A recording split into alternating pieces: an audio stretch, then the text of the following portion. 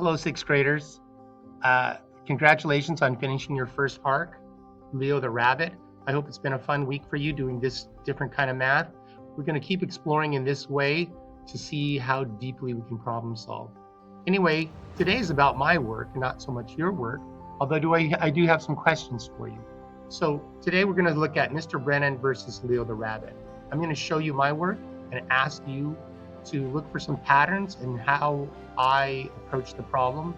And then also, I have a mistake that I want you to look at. So here's my work. Let me adjust the screen. You can see that as we talked about, I think I shared with you,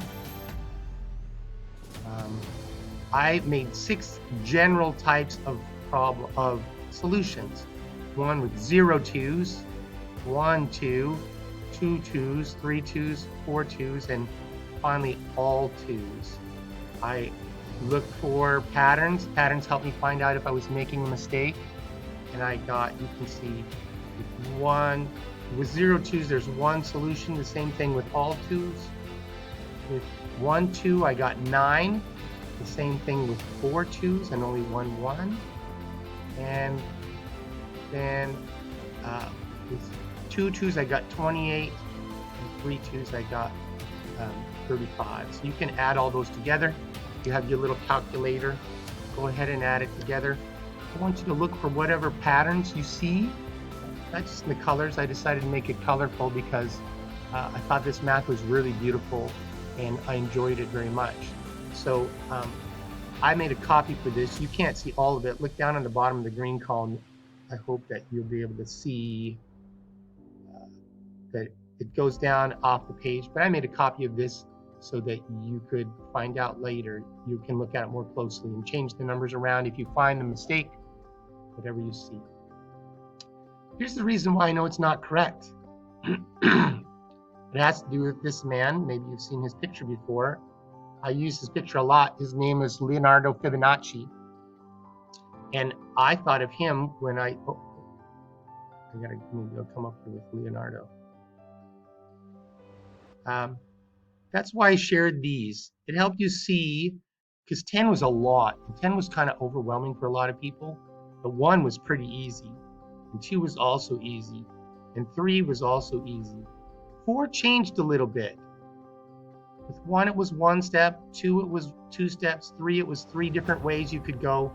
But 4, we had the individual hops, plus 2, plus 1 at the beginning, 2, then 1 at the end, for 5 different ways.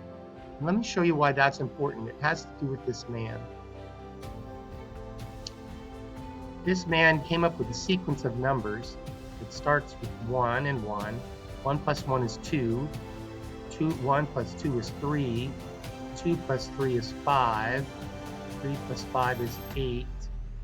5 plus 8 is 13. You can see this is a spiral, a very famous spiral that goes on forever.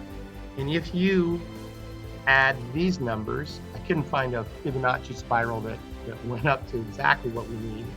But if you follow these numbers, the number of steps, and the ways to hop, this is called a Fibonacci sequence. And so you notice that these two numbers added together make this number, and these two numbers added together make this number. When you get all the way up to 10, the number is 89.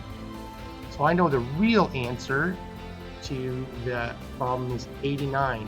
If you look back at what I got, my answer, it is 83.